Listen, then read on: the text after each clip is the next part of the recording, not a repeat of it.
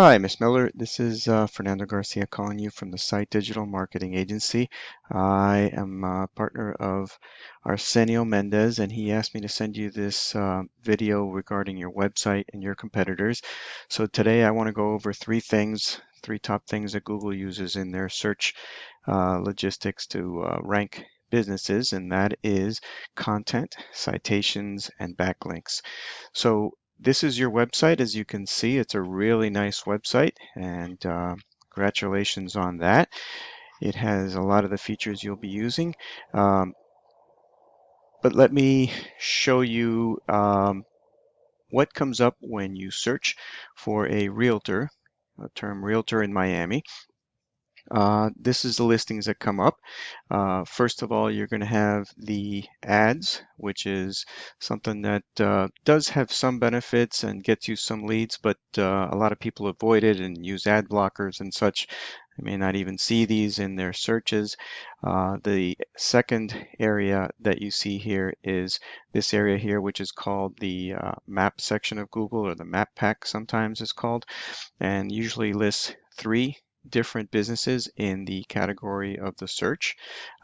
So these are very sought after, obviously, because they're at the very top. There's a link to your website, directions to your location, and a map. Oftentimes people don't want to go any further than just picking the first one here. These are mostly ranked by something called citations, and citations is essentially your business name, address, and phone number posted somewhere on the internet on a directory such as Yelp or Yellow Pages, things like that. And the more of those citations you have out there on the internet, the more likely that Google will rank you highly in this category. The other areas of Google's first page down here is the organic area. The organic area is where Google looks into other things such as content, keywords, and backlinks. Now, backlinks are essentially links from your to your website, rather, excuse me, from other websites. So if you have a link that another business or an organization allowed you to put on their website to come back to your website address, that's known as a backlink. And the more of those you have, Google sees as a sign of credibility and authority, and they will rank you higher the more of those backlinks you have. Um, so looking at a tool that we use, first let's look at your website really quickly. So content is text. Any text that Google can search for keywords, and in your area, obviously, realtor is a keyword. The service area that you work in, like Miami or Broward County, these are all keywords that Google bots will search on your website to see if your website is something that its searcher can benefit from. And that's really their goal, to match a search term or person searching with a website as correctly as possible. So they rank you based on those things. So your website doesn't have a lot of text content. It has a lot of images, and it does have content, and each one of these pages is another opportunity for content. For example, if we go into this Aventura page, you'll see a little bit of content, but really not enough for Google to get its teeth into and find key terms or phrases that people search for. So content is something that I would recommend you add to your website, either by adding different pages or more content on the pages, so that Google can find those keywords that you want to be found for when people are searching. So here's a tool that we use. This is a tool called Aris, but there's a lot of these tools out there on the internet. This is a paid one, but you can get these for free.